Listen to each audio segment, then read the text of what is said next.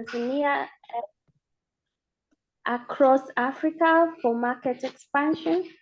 And our topics will include cross-cultural capabilities, leveraging artificial intelligence, global mindsets and success, US market entry for African entrepreneurs. For a start, I would like to welcome Doug, who is our CEO for Global Chamber, who will open for us this panel discussion. Thank you. Thank you very much, Neema. Greatly appreciate you pulling this together. Also, I and we all appreciate your leadership on some very important fundamental concepts around leadership, around creating an export mentality, and around creating a future that is populated by young people and other motivated leaders who want to change the world, impact the world, grow the world, improve the world, and improve our own communities. That's how we get to improving the world, when we improve our own communities. And you are a great leader around being driven to make those changes and pulling us here together with great speakers. The topic is critically important.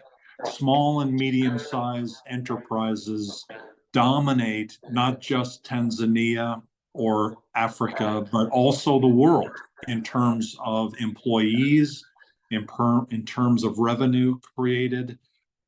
Historically, SMEs have had a hard time expanding their business across borders and especially across the world.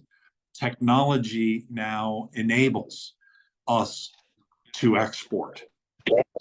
In addition, logistics and other systems are in place, including trade agreements. The AFCFTA is a critically important step for the continent of Africa to begin to maneuver and facilitate the ability to trade across borders.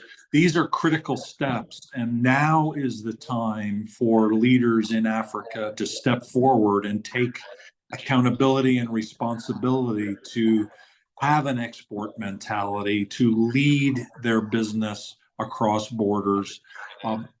This is something that the rest of the world also is challenged by. This is not an easy problem or an easy challenge. It's one that requires knowledge and education, and it requires working together. We need to work together. We cannot do global business by ourselves, certainly not very effectively. We need to work together. So Neema, thank you for pulling us together here, and let's begin the program. Would you like to introduce the first speaker?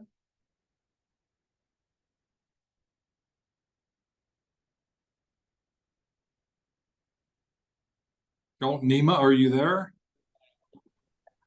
Yes, Sarah, I'm here. You're here, Sarah? I'm here, yes. Okay, sorry. Some interruption. So I would like to welcome you, Sarah, to talk to the women in Africa and the world in general. You're welcome. Thank you, Neema, for the introduction. Let me share my screen really fast, pull up my presentation. Well, thank you so much, Neema, and I'm so excited to be here to discuss how you can make the most out of AI solutions for your exporting business. So let's talk about AI. So at its core, AI is about machines mimicking cognitive functions, such as learning and problem solving. These are tasks traditionally associated with the human mind. It's the fusion of algorithms, data, and computational power that can be leveraged to solve real business problems. And AI is more of a broad term that has these smaller, more specific capabilities that fit under that umbrella. And each AI capability can drive powerful business outcomes. For example, machine learning can take in your business and customer data and create personalized customer experiences or recommend products to your customers. Natural language processing allows you to automate content generation and enhance customer experience with chatbots. This is just to give you an idea of all the powerful technology and capabilities that live within the AI ecosystem. Now, one very powerful AI capability I want to emphasize is generative AI. Generative AI is a type of artificial intelligence that can create new content based on patterns and data it's been trained on. You can simply give generative AI a prompt, and it creates something brand new from that input. Generative AI can create text, images, code, and even music. You've probably heard of tools like ChatGPT or DALL-E, which can create text and images, but what does this mean for your exporting business? For exporting, you can feed generative AI a description of the product you export, and it can generate marketing copy tailored to specific markets. You can customize and design your products to fit within the needs of all of your different markets. You can generate proposals or internal documents, all with the help of generative AI, to better run your exporting business more effectively and efficiently. Now let's take a closer look into one of these use cases. Generative AI can transform the way you approach your market strategy and research by developing a detailed market entry strategy and providing actionable research insights. This all starts with your market and business data. Generative AI can process real-time market data about your competitors, pricing trends, customer preferences, and even economic sentiment. This means you're always equipped with the latest insights to stay ahead of the curve. Now, combining real-time market data with your business data, whether it's information about your products, services, any compliance or legal constraints, or revenue streams, generative AI can quickly analyze all of your input data. And generative AI will process your combined market and business information to generate powerful insights, such as competitor analysis, real-time monitoring, regional opportunity identification, and expansion strategy development. These insights help you build stronger data-driven strategies. This allows you to craft more effective market strategies and identify new opportunities for growth. You'll optimize your business processes, improve timing for market entry, reduce costs, and increase efficiency. This also helps with risk mitigation, allowing you to make more informed decisions that lead to higher profit margins and productivity. So I hope this has left you feeling excited about the possibility of using generative AI. When considering leveraging AI solutions, I encourage you all to consider adopting these solutions in a strategic fashion. Diving deep into your strategic objectives as a business and how AI can support you in meeting your KPIs, identifying any pain points or opportunities within your business, and how AI solutions might help you be able to solve them. You then find the best AI solutions to deliver your highest value use cases, and align and organize your data to be used by an AI solution. And finally, successfully implementing, governing, and delivering your AI solution to a production environment. So I encourage you all really to adopt this methodology. Start by identifying your high-value use cases, and then get started with some simple, easy-to-use generative AI solutions. Here are a few of my favorite solutions. You might be familiar with some of these, but I encourage you all, if you've never used generative AI solutions, I encourage you all to check out these different options. ChatGPT, Claude, and Gemini are really great solutions for content creation, especially with text generation. DALL-E and Midjourney generate images, which are great to include in a blog post or marketing copy.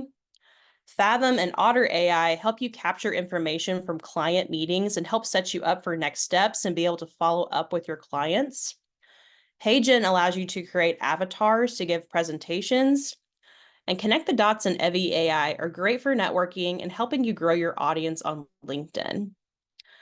So I hope this has been a helpful presentation for you all. And again, if you have any questions for me, please reach out. I'm happy to help you with your AI journey and helping you and supporting you with using AI solutions across your exporting business. Thank you so much. Yeah, thank you very much, Sarah. We will please drop your questions in the chat box. We'll shift to another speaker, then coming back to you with questions. Yes, thank you very much.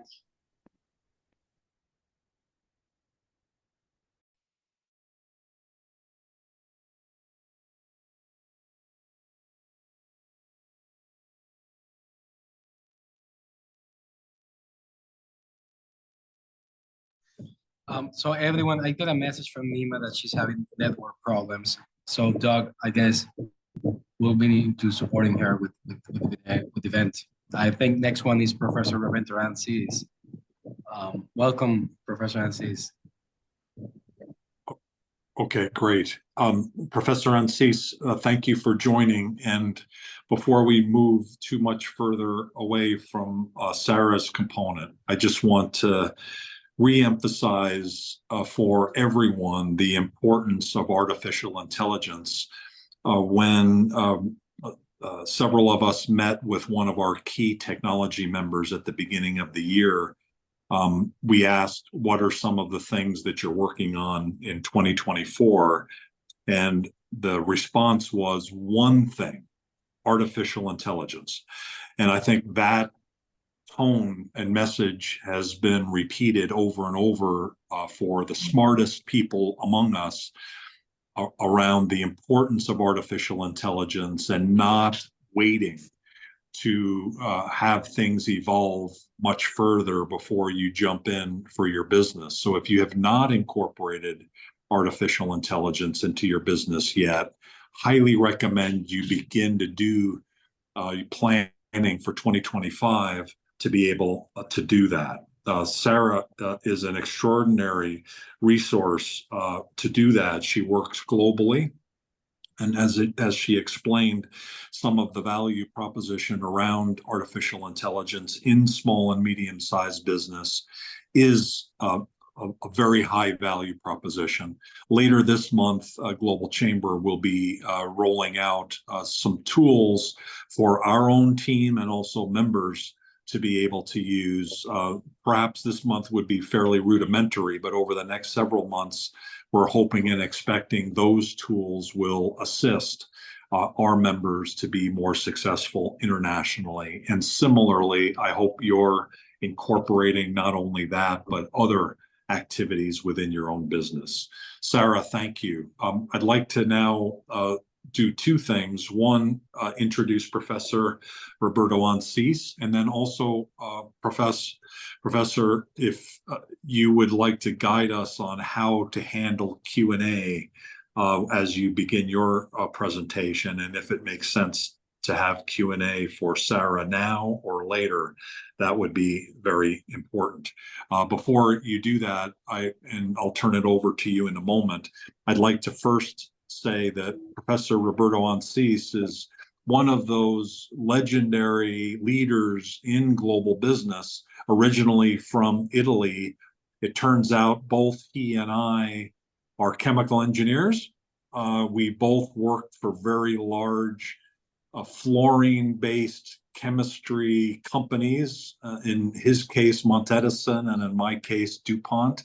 We did not know each other for all of our career until Global Chamber came around.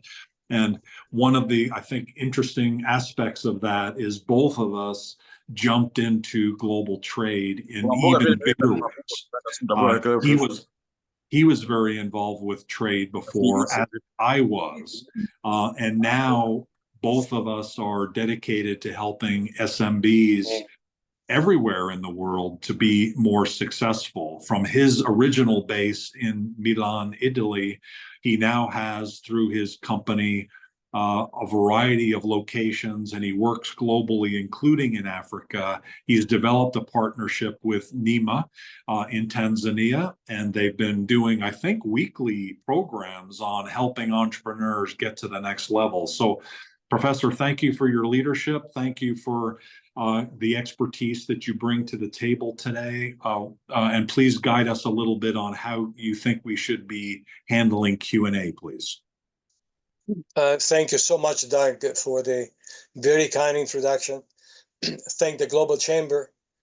In my opinion, of 50 years in international business, the most powerful, kind, and effective organization in the world.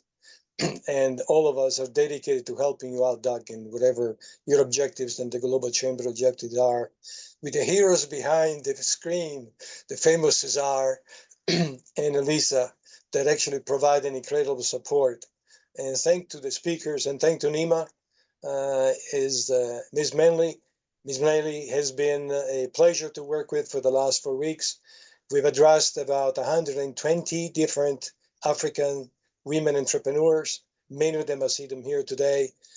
And it's a pleasure to, again, proceed forward with advisory in terms how can you come to this wonderful country called the United States of America with a very creative product and already some incredibly great brands African here in the country.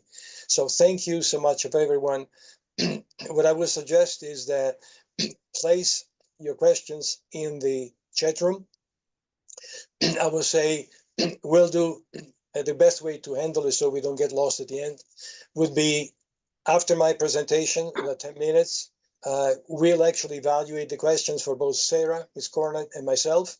Then we'll proceed with Patrizia and you, and then we'll ask them questions. So they will select the questions so they can be more focused. And certainly Doug can be the reviewer of the chat question to ask them. So again, thanks again for being here today. And let me share you my screen, open up my PowerPoint, and then go back here and share my screen. And Sarah, can you see my screen okay? Yes, I can see it. Okay, awesome. Thank you so much, Sarah. Okay, so the important thing is, again, as I said today, the meeting has been organized by Integrated Empowerment Initiative. Neema Mleli is the director of the organization and the Global Chamber, with Doug present and some of the other Global Chamber staff behind the screen. It's really important to all of you.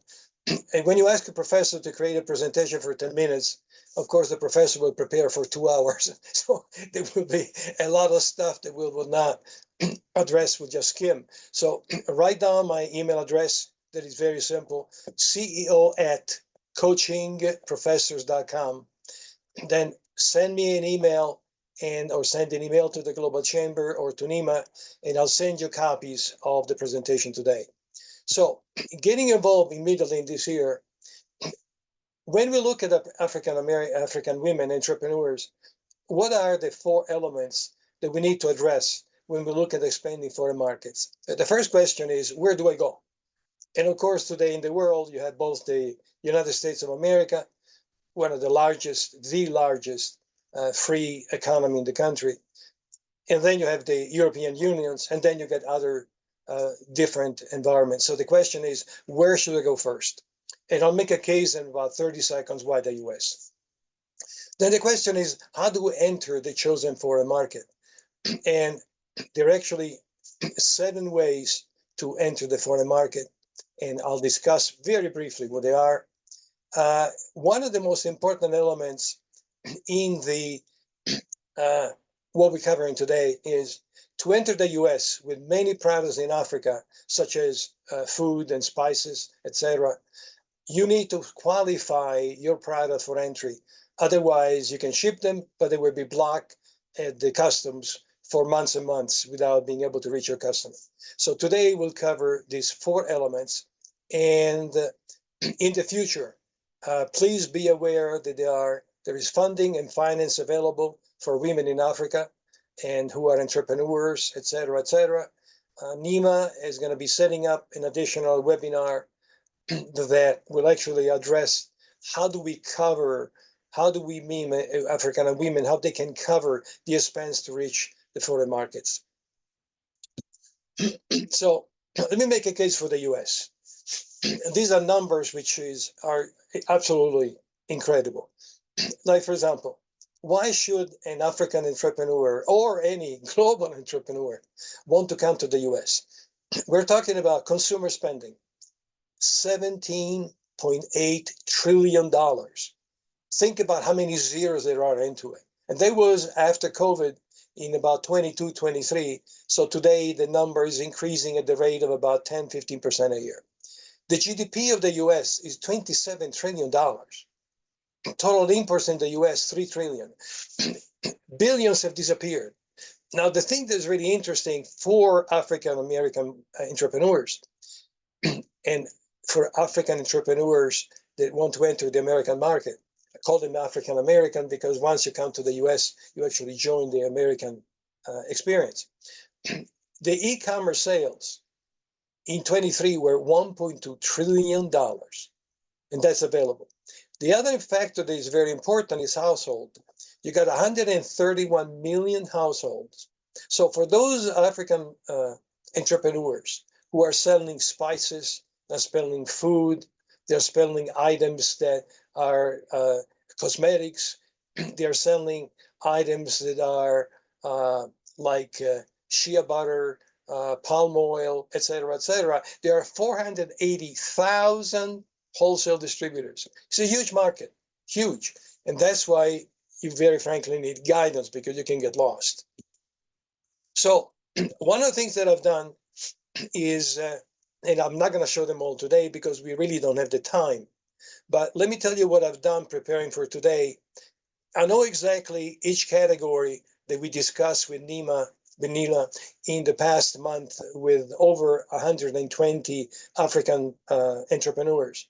And so when I spent the time, I looked at, okay, I say, what is, for example, herbs and spices? What is actually the global market for herbs and spices? Then what is the United States market? And what are the imports in the US? I've done it for spices. I've done it for cosmetics. Look at the numbers. For example, in the US, cosmetics, $62 billion. Now, let me give you this. If you design, I met someone about maybe 2 weeks ago, I think, Catherine, that designs and sold in Africa and some in the EU, in Dublin, shampoo. Shampoo for African women is different because the component of the protein of the human brain varies. So there is a special product. Think about your market for shampoo in the US is 42 million African American potential buyers. It's huge, huge. So, and come in as fast as you can. So we got cosmetics, we got palm oil, we got organic cereal. By the way, this was to me very amazing because today our children do not eat healthily. And when I spoke to these African women who were selling organic, healthy cereal, I said, you got to come to the US. And I'm asking Neema to really go back and make sure she's part of the team to come into the US. Then we got dairy and cheese, we got shampoo and hair care. All these, I have information, I'll send them to you. That's why the CEO at coachingprofessor.com is important because you send the request or the Global Chamber, and then I'll send you portions that apply to you. So now we go back to the ways. People talk about exporting, but there are actually 7 to 8 different ways that you as African entrepreneur woman can actually enter the US market. Too fast, too short today to get into the deal of everyone. But again, send an email and I'll send you this chart. This chart is so important. The pros and cons of exporting, for example. Exporting, easy to start, small initial investment, little or no planning. But the cons are the fact that you have trade barriers, you got tariffs, you got quotas, you got local production that can become your competition. And then you must really understand the knowledge of export legislation. That's why we created with Neema 3 months programs. The first month is about planning to enter the US market. The second one is bringing products to the US market. And the third one is how to become rich and famous. These are currently some by AGOA organization that looks at the African growth development opportunities in America. And you can see that these are sectors that are already working in Africa. So agriculture, fishing, food products, manufacturing, oil and gas, and retailers and wholesalers. These are all areas that can be developed by you guys. Now, going back now to which one are the highest selling African products in the US? Food, finished product, craft, black soaps, etc., etc. Again, I'll send this to you via email. Just ask for it. So, what are the major challenges to enter the U.S.? Guys, you need help. I came here in '68 from Italy, and for the first 5 years, I just floundered. I really did not know what I was doing, and finally got adjusted to the U.S. culture. And Mr. Liu will talk about how do you make cultural adjustments later on in today's program. But these are the blocks to enter the U.S. Government regulations on products that need to be imported in the U.S. Here you have 3, 6, 8, 9, or 10 of them. Now, when you go into it, like for example, the process with the CBP, which is Custom and Border Protection, is not trivial. And we have done it before. And let me show you basically the outcome of that. This is we become, for example, if we were to do this for you, and again, the program the first month is $200 for the month, nothing compared to this. And if you want to have your product classified at the custom, so you can fast go through it, you ask us to become your temporary agent. We don't want to be your agent, but temporary agent. And we'll talk to them and we'll make sure you get this extremely important document. Without this, your product will not enter the US market. So don't waste time, money, and effort to send it in. You got to have this classification. Then when we're talking about the FDA is probably one of the most complicated organizations controlling the health of people in this country. Not simple, not trivial. It can take anywhere between a month to 2 or 3 months, or it can take a couple of weeks. Let us know and we can help you out. So remember, regulation is so important. Then the other element that you have, for example, the cost. The cost for the FDA, if you only do what we think we can do for you in getting your permit to get in the US, sometimes it's $100 to $500. But let me give you the average time that the FDA takes to qualify medical class 2 devices in the US. 3 to 4 years, and an average between $2.5 to $5 million.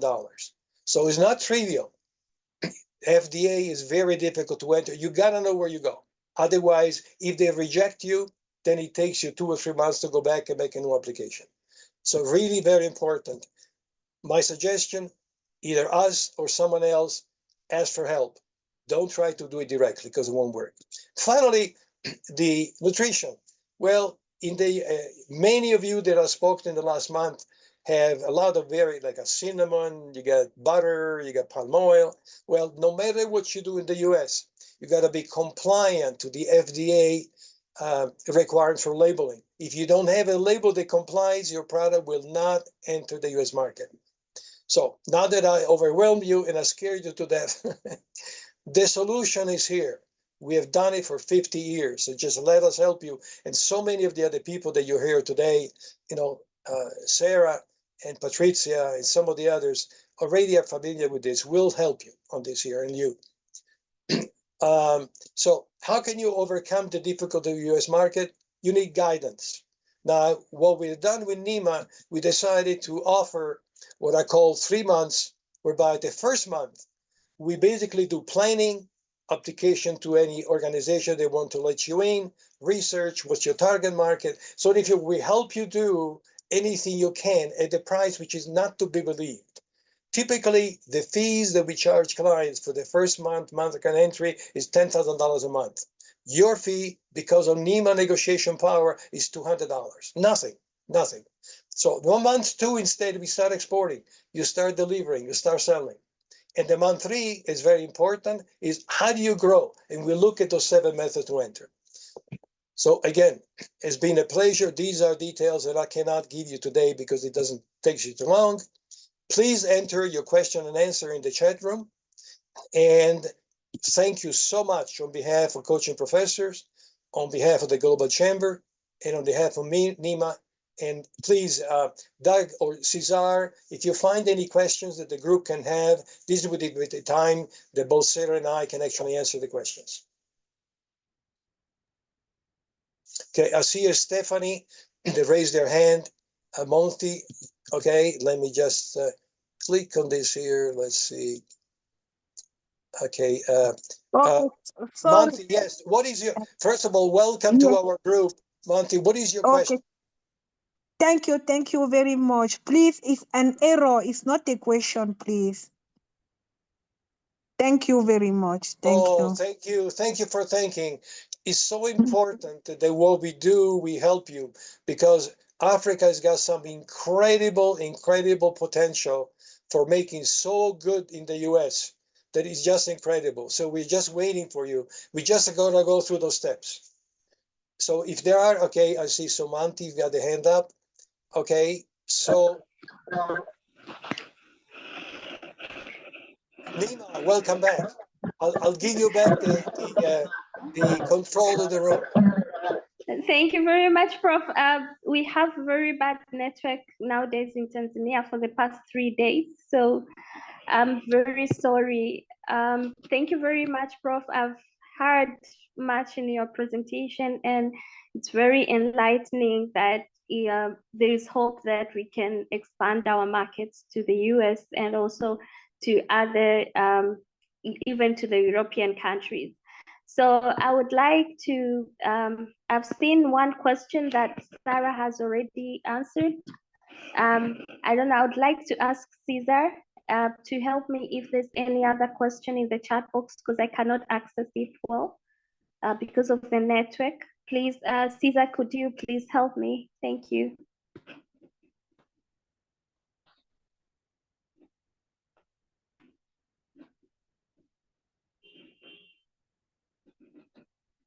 Or if he's not around, if there is no any question in the chat I box, see the questions for Sarah. I'm just checking the chat, but I don't see anything else right now for Professor NCs. Okay, thank you. Is there, if there is any question from the audience, I would like to hear. There's so much to ask about. I see. Regulations. Sorry to interrupt, Neema. I see Lucy. Yes. Raised her hand. Lucy, I don't know if you want to ask a question. Yeah. Feel free to ask a question, Lucy. You're on mute, just in case. Yeah. Yes, my internet connection has been shaky. Like Neema said, we have an internet problem here in Tanzania, but I hope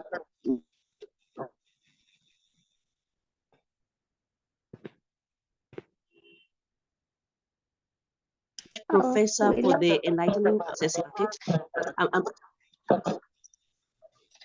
Hello? Lucy, it's breaking up. So if you can make the question, put the question in the chat, that would be great.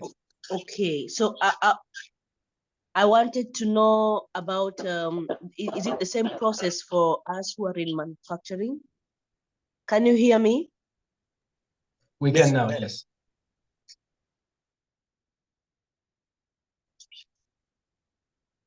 Okay, is it the same process for maybe someone like me who is in manufacturing, because I make reusable sanitary towels? So what is your question, Lucy, again?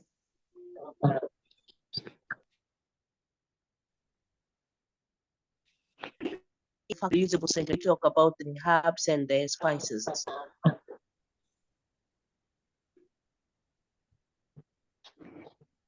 Neema. Yes, Lucy is asking that she's in manufacturing and she's doing reusable sanitary pads. Is it the same process that she has to go through? Yeah. Okay. Thank you, Neema. Okay, Lucy. The market for US market. Yeah, the market for sanitary product is a huge market, not only here but in the world. The only thing is, when you bring your product to the US, if there is any claim of what your product can do, it has to go through an FDA approval. So let me give an example. If you bring to the US products that are called over-the-counter products, OTC as they're called, over-the-counter product, OTC, they do not require FDA approval for entry.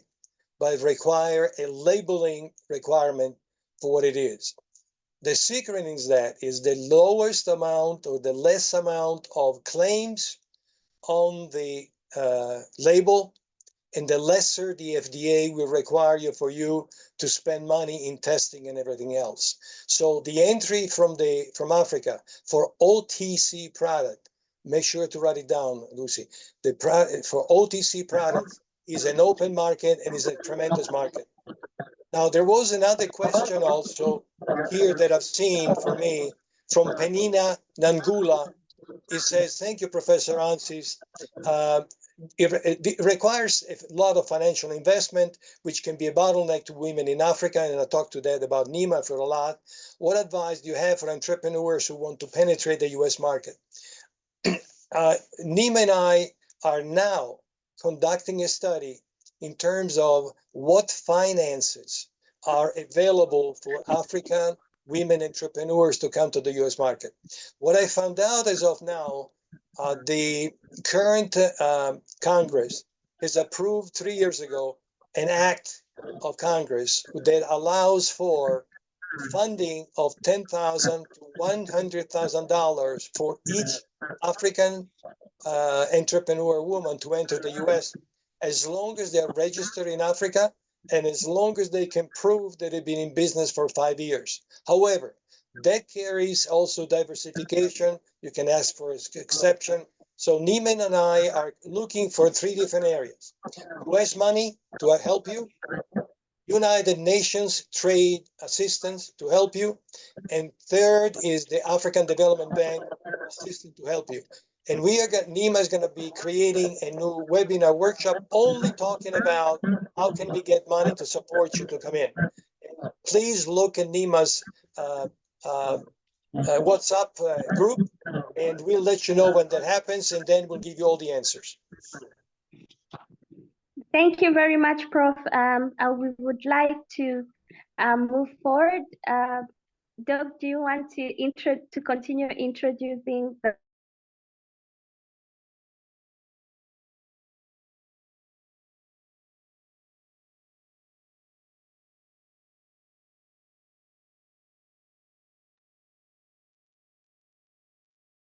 next year? Samuel Masele, they're in the call, and I think they'll drop their LinkedIn. Please drop your LinkedIn accounts in the chat box. Thank you. And Neema, who do you want to go next? Do you want to go Patrizia or Mr. Liu to go next? Oh, Patrizia, please. Awesome. So I would like to give a very brief presentation for an outstanding woman. Not just because she speaks Italian, which is my language, right? But because she's so competent. She's incredible. She's brilliant. She's creative. And she's got a new company that she created as a co-founder called Finscope. With AI, she's created a program that is absolutely awesome. And the future for that program, with a little bit of tweaks, can be absolutely fantastic in the US. So she's an entrepreneur herself from South Africa. And she, instead of just talking about it, she's taking action. So she is an example of what you, African entrepreneur here today, can become as soon as you start taking the action that she recommends. Patrizia, your floor. Thank you so much, Professor Ansis. I really appreciate it. And thank you all for having me. Neema, you as well. You are amazing. So just to start, okay, first of all, I'm going to share my presentation. That's number 1. And then we can begin the discussion. Can you see my screen at the moment? You can. Okay, great. Okay. So before I start discussing how we can harness AI for global business, what I would like to just say is that, you know, we all, with AI and the technology we've got a level playing field. No longer the days like the Coca-Colas with the millions of dollars in marketing and, you know, the little man gets left behind. We've now got technology available at our fingertips. Of course, we've always got to verify and go to business experts in the field. You can't just take what what's on what's on an AI platform, but you can use it in ways to assist you in expanding your business.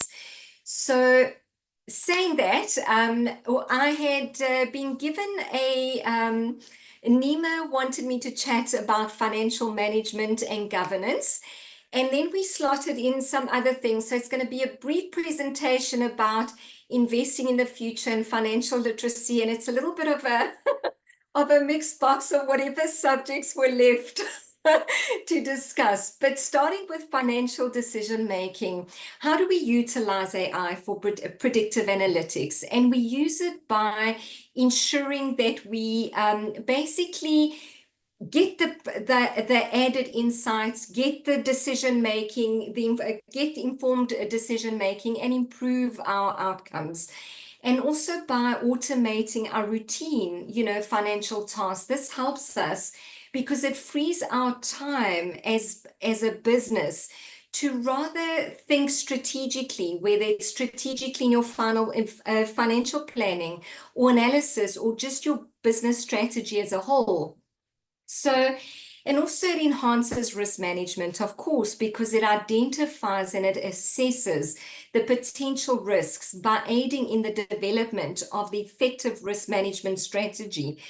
So that said, how do we empower ourselves with financial literacy and education by using AI?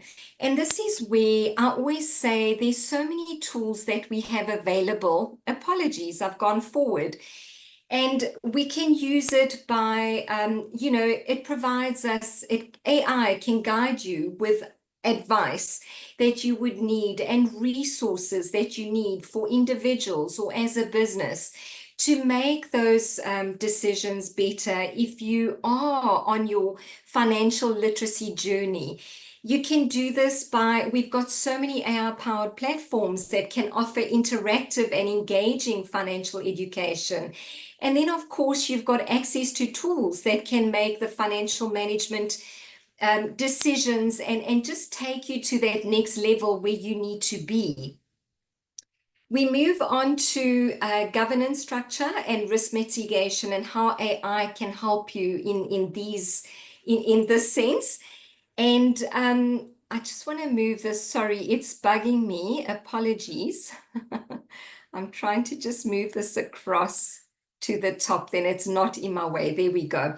So how do we optimize the decision-making process? And this is, again, by using the predictive analytics that AI has, because they provide you those valuable insights for your strategic decision-making. And also by doing that, it optimizes your governance and risk assessment. If you implement the risk assessment models that AI has to offer, it will enable your business to assess and mitigate those risks more effectively, and it also enhances your governance practices. And by leveraging AI for your regulatory compliance, the way you can use it is by AI can monitor your regulatory changes, no matter what legislative changes your business has to abide by, and make sure that you comply to. You can adapt it and just monitor the changes so that you can adapt your business and ensure that you're up to date with your compliance and your measures that you have to protect your business. And now my screen is frozen. There we go. So again, for governance structure and transparency and accountability, how do we do this? We can do this by implementing those AI tools so that your business can analyze those large volumes of data in real time. And this will enhance your transparency and, of course, ensure that you've got accountability and governance. By automating your monitoring of the regulatory compliance, you reduce your risk for non-compliance and you enhance your governance structure.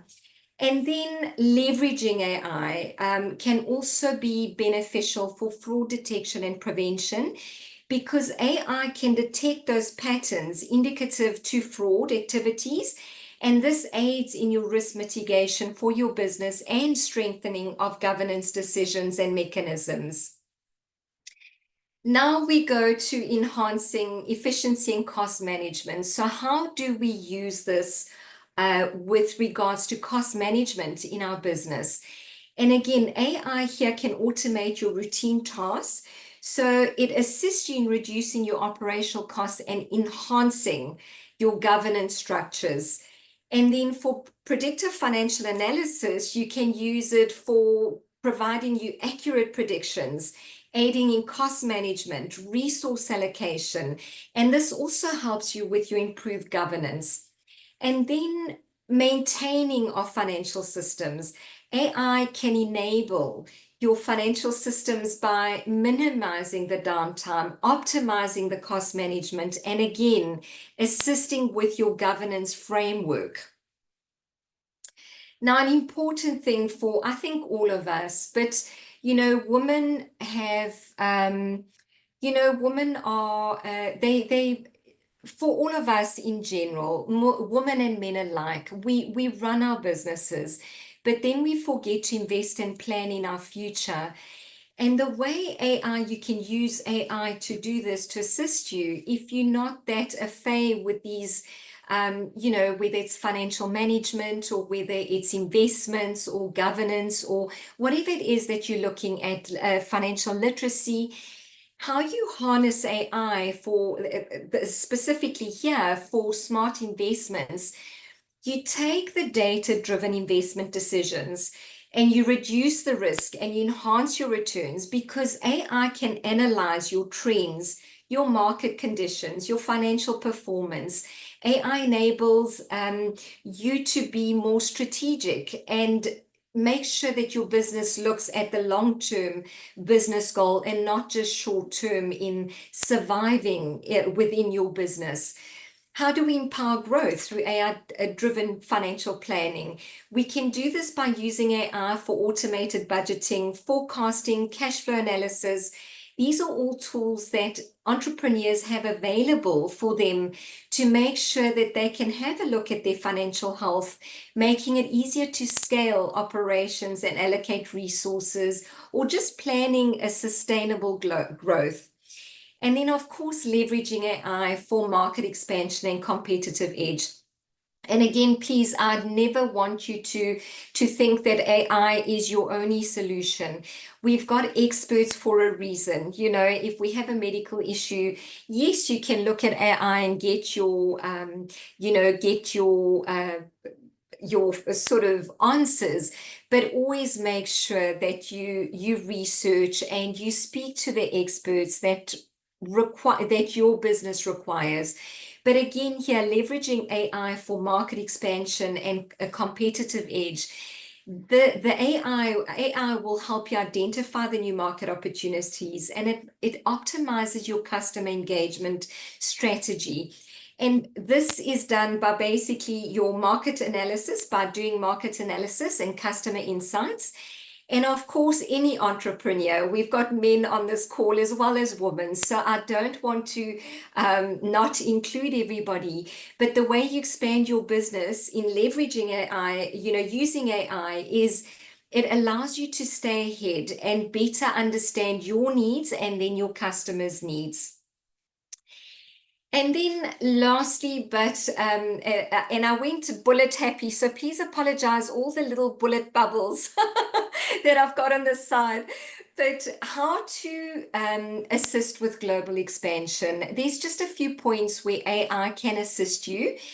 And the ones that stand out are market research. You can definitely use AI to help you identify the trends, the customer preferences, your competitors. Predictive analytics help forecast demand and spot your growth opportunities as a business. You can use it as a business model evaluation tool. So it assesses your product potential in new markets. It provides insights on local consumer behavior.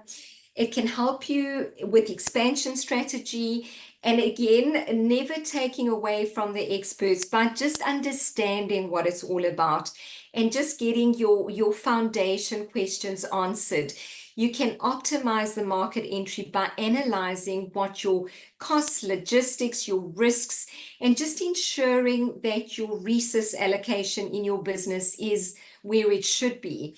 And of course, we've said it a few times in the presentation, AI helps you reduce those manual, allocated, repetitive tasks so that you can focus on your strategic side rather.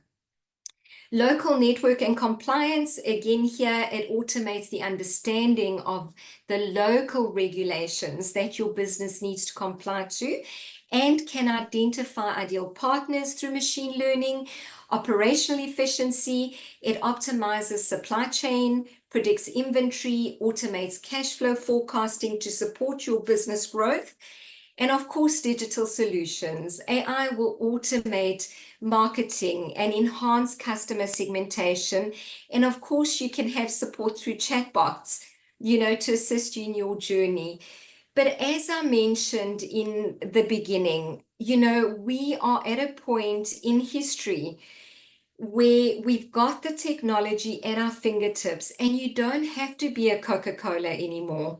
You can be a startup and just use the technology you've got at hand to assist you in making better informed decisions and minimizing those manual tasks so that you can focus on your business strategy. So I hope that is helpful. If you'd like a copy of the presentation, with pleasure. My email address is on the screen at the moment. And I just want to thank you all for your time. Thank you so much. Thank you.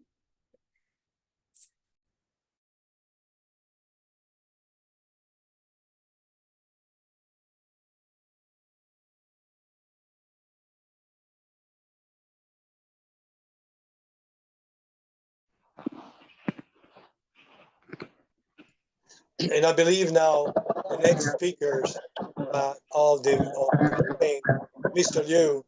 Mr. Liu sent us a presentation last week, which was so impressive. And when the opportunity came, I sent him an email, said, please help. And so he's here today. Mr. Liu, you're very welcome. And there's not enough. All I can tell you is anybody who is listening today, make notes. Because one of your success in the US is going to be the adjustment to the US mentality, to the US consumer, and to the US culture. And that's what Mr. Liu is going to be addressing. Thank you so much. Thank you. Thank you very much, Professor. And thank you, everybody, for inviting me. And I see many familiar faces here, Dr. Christina, Rika, Pauline. And also I see some new friends here. I noticed that Catherine Adowa from Uganda, just so you know, that Uganda is the first country I've been to Africa many, many years ago. And many of you might not know this. On the Uganda flag, there's an animal of the crane, their national bird, the crane. So it's the only country in the whole world has animal on the national flag. So yeah, we have a friend from Abuja as well, from Nigeria. Yeah. We don't have time here now, otherwise I can tell you a story I had in Abuja that there's something money just can't buy in Abuja. So without further ado, I want to share with you some of the thoughts with you. Like the professor said, there are a lot more to learn in adjusting to the American culture. So I want to highlight a few issues here. Let me just see if let me share my screen.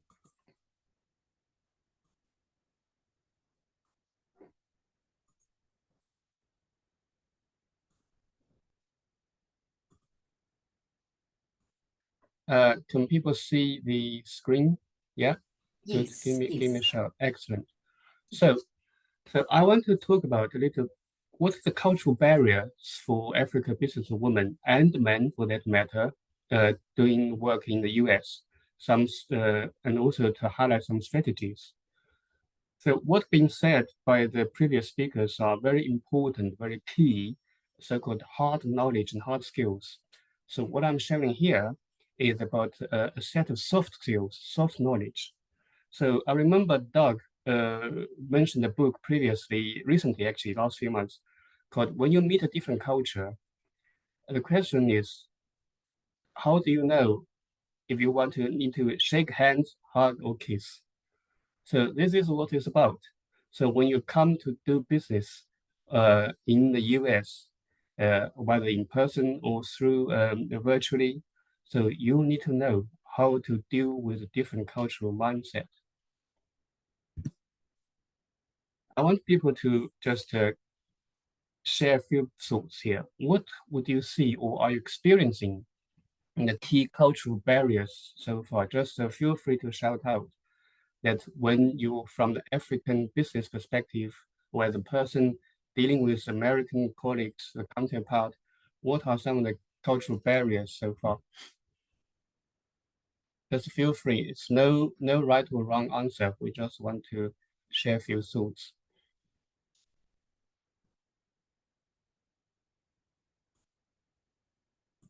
No thoughts? One of the things, Leo, that I know we do a lot, I have a lot of students in my classes for years, is the issue of the difference between men and of gender internationally. And the America is one of the freest country in the world where men and women are the same in terms of how they are behaved, how they are rewarded, how they are appreciated, and everything else. But certainly it's not the same in other countries. Sure, thank you very much. Yeah, that's one thing. The issue of equality. Yeah. Anything else?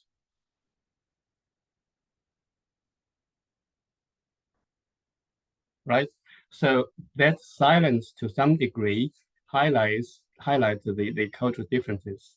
I think our friends here from African countries. Yeah, carry on. Hello. Okay. We can't hear you. Let me move on. If you have any questions or comments, do put into the chat box. And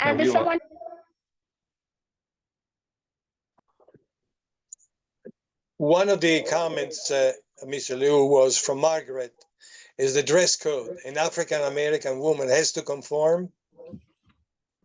Yeah, so dress code, yeah, it's one of them. Thank you very much. So definitely that's one of them. My screen is not moving.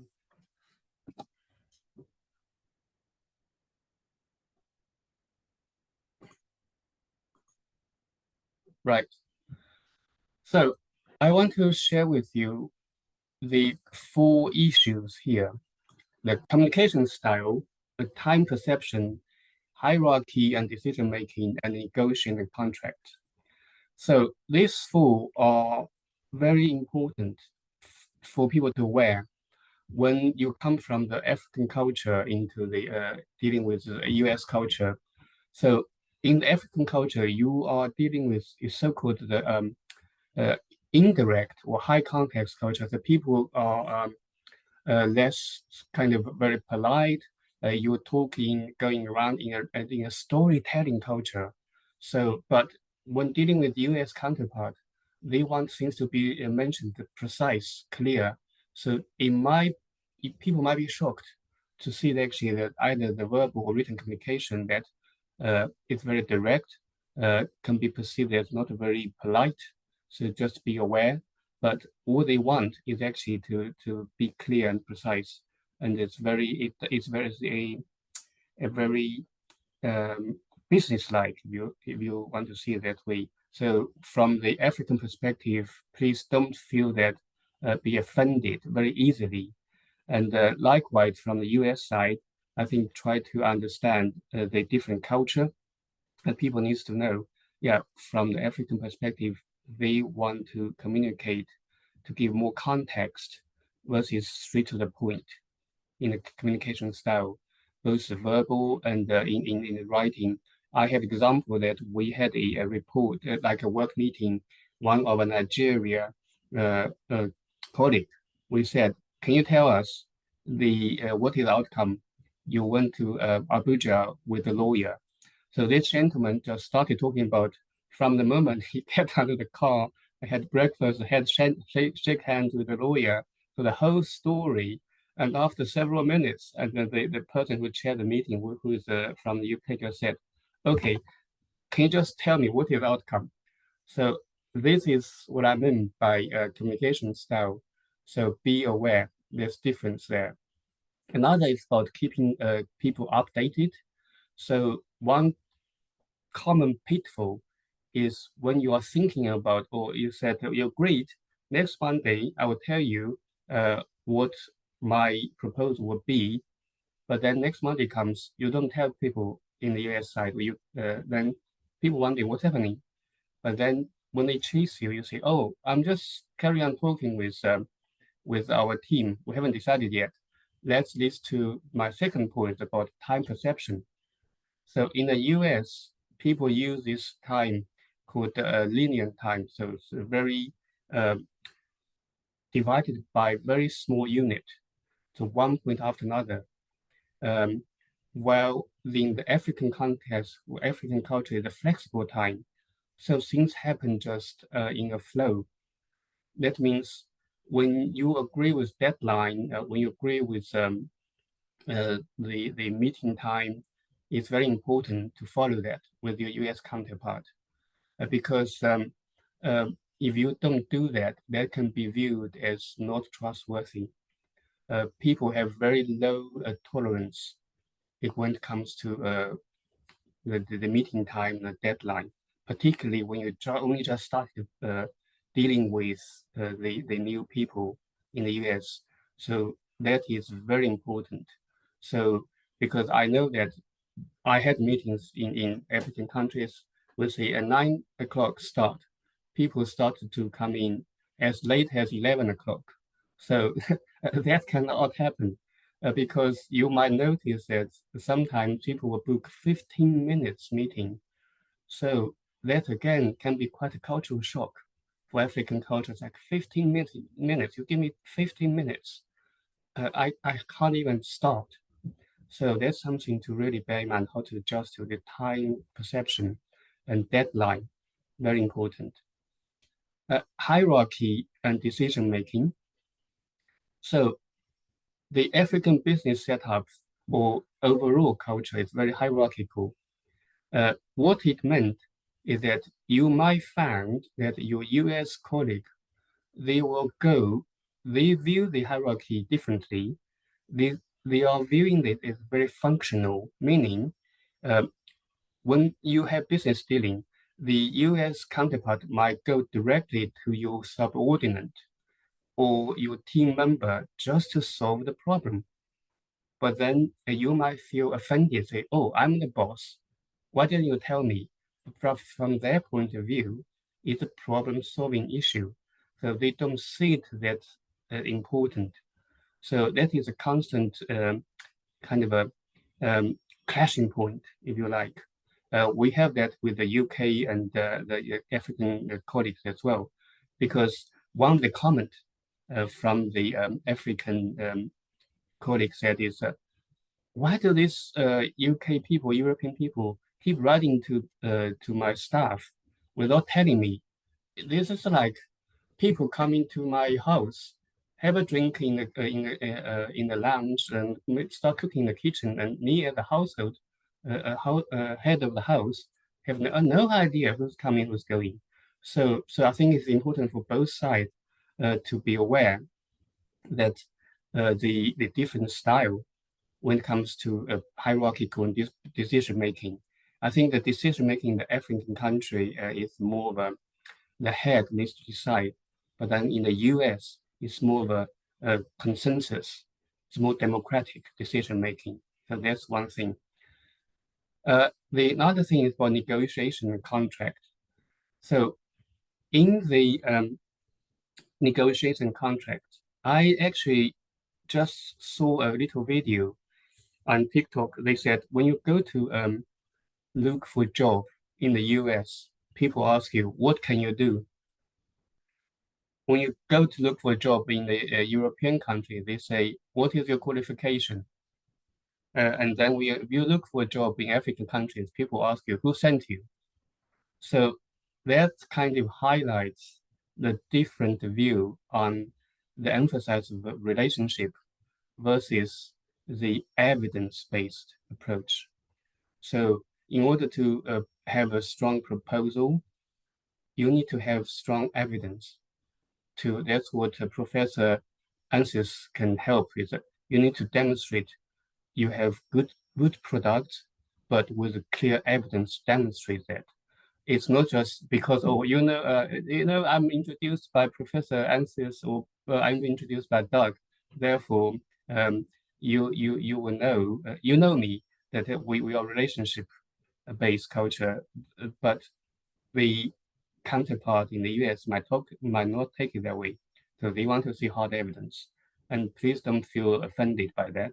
So they will ask very hard questions about your products and then about your contract, hard negotiation, because for them, it is really a technical exercise. While for the African culture, Asian culture, similarly, people might feel quite pushed, thinking that, oh, does this mean you don't like me? You don't like me as a person? To be aware, there's a separation of you and your business and your product. So people like you or not like you, or it's different from whether they like your products or service. So be aware of that, so that you are going into a negotiation contract with that mindset, and then just try to not to be offended quite easily. Yeah. Some tactics, I don't know.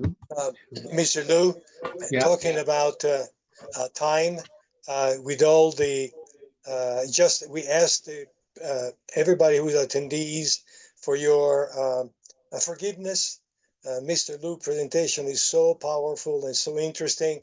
They were extending the end of the program. We're supposed to end at 10 o'clock, but it's 10:07. It's okay, Mr. Liu, you got as much time as you need to complete.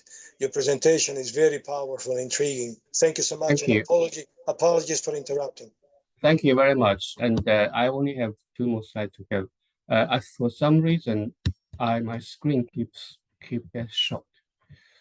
Frozen, sorry.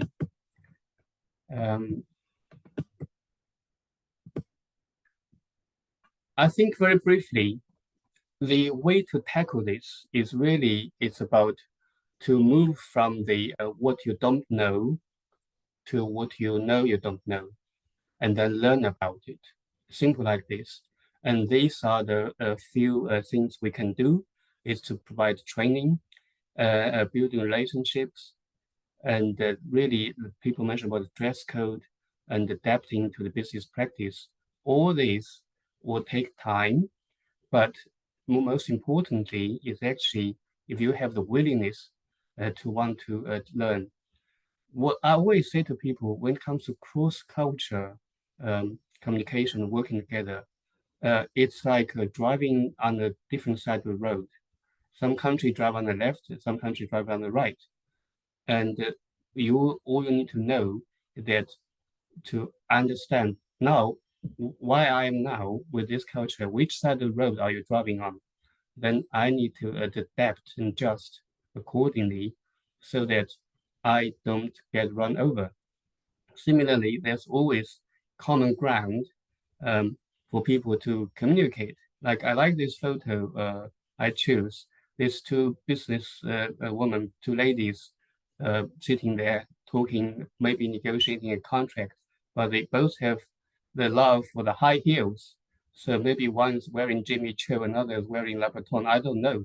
But these are the things actually you could use to build relationships. Another thing very important is to leverage global networks like the Global Chamber. This is a great way to help you to build that connection, to build the understanding, both the hardware and also the knowledge to do so. I will stop here. This is really insightful for people to hear this. Like I say, the huge amount of things people can learn and need to learn in order to work cross-culturally. And we only touched the if you like, the headlines of those issues. And I'm looking forward to work with any of you who would come to a global chamber, work with all of us, the speakers, and we are here to help you. I'll stop here. Thank you very much. And the slides will be shared afterwards. I already shared with Doug and Sousa. Thank you very much for giving me more time. Mr. Liu, thank you so much. Powerful. Any question for Mr. Liu? And please, ladies, I want to see your reactions. I've not seen your reactions for our speakers today.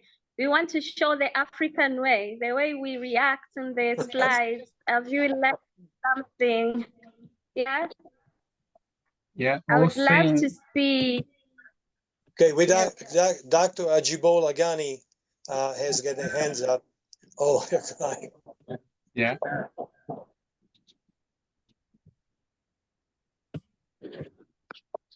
So, Neema, we have extended the time of the presentation because today it was so powerful and it was so so assistant.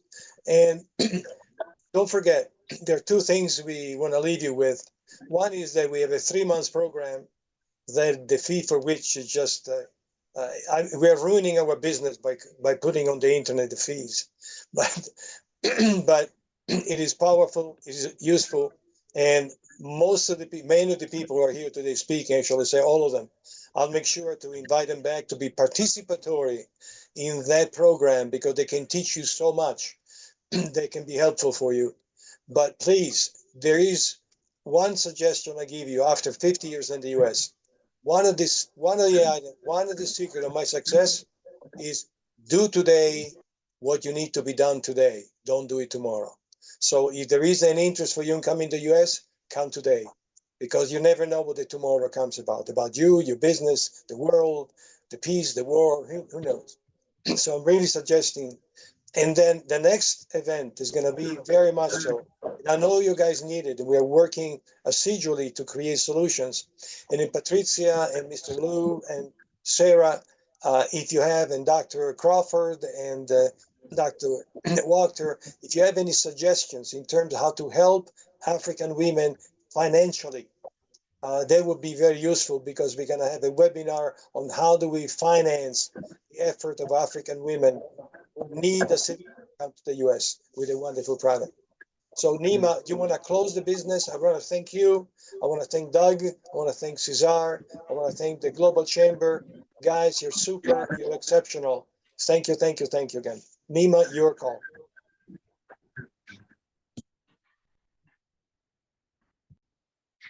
Yeah, thank you very much, women here.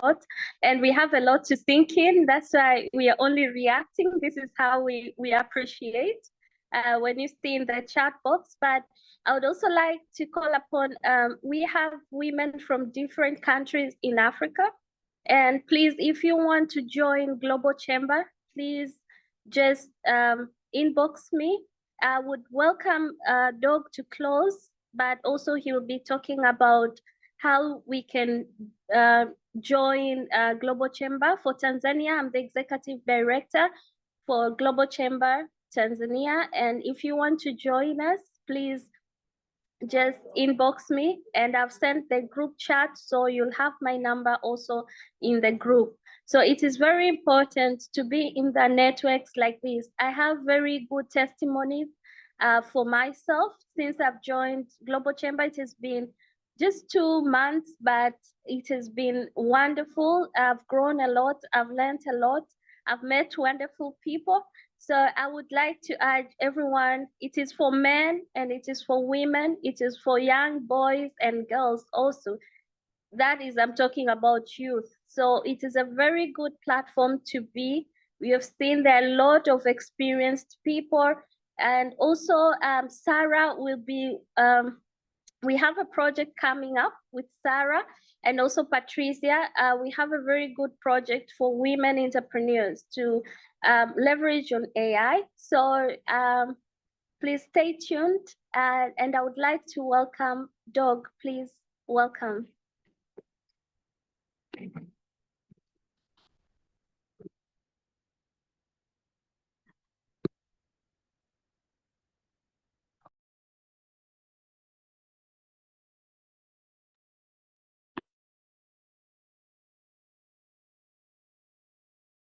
Is the being disconnected? Okay. If Doug is not around, well, Caesar, do you have anything to say? Like a close up and how people can join Global Chamber? Sorry, were you talking to me? I've got my hearing aids in. Sorry about that, Neema. I've been in the Global Chamber months now and met so many amazing people here, Prof, you, Lulu. I think it's an amazing platform, and I think especially going across the world, the cross-cultural element. I'm British, living in America, I've been in Malaysia, and I'm coming to England soon, you. We're going to meet up, okay? It's very important to mix personal energy with corporate energy, with financial energy and AI energy. For me, it's also about and having talked to many women in Africa, men as well, but the women in Africa are incredibly powerful. And I think that united, that women in Africa can really make a difference with women everywhere else in the world. But the strength of character in Africa is outstanding. So just so you know that. And especially with the entrepreneurial side, it's very much important that we actually understand that there's never underestimate the value of life's experience, especially for women. And that's what I share with Entrepreneurology. And I would love to do some more work with you about that. And we'll have a Globinar on that. But meanwhile, I'm doing a Globinar on my gender dynamics intelligence. So make sure you come along on October the 10th to the sales round table, do my own pitch there. But Neema, we will talk very soon. And Patrizia, thank you. Okay, guys. Thank you so much. Thank you. Just to say that one last thing is that the first best opportunity to join the Global Chamber was yesterday. And the second best opportunity is today. So take the good opportunity. Absolutely. So thank you so much, guys. We truly appreciate it. Neema, you want a chant? I would like before we close, I would like to call Sarah. Sarah, can you say something? The last words, please. The last words. Oh my gosh, that's big pressure here. Well, thank you so much, Neema, and everyone for having us here. It was a really amazing presentation from everyone. You know, great speakers all around. It's great to bring us all together and supporting each other, right? Supporting women, supporting in business on a global scale. So thank you so much, everyone, for coming together today and continuing to lift each other up and supporting each other in business. And so I'll close by saying thank you all so much for the presentations today, and I hope you all have a great rest of the day. Thank you. Thank you so much. Thank you. And now we're going to say bye because Prof has given us a takeaway. So bye-bye. Bye. Thank you very much. Bye. Thank you. Madam Neema, thank you, everyone. Thank you. Have a lovely evening. Likewise. Thank you all. Thank you, Neema.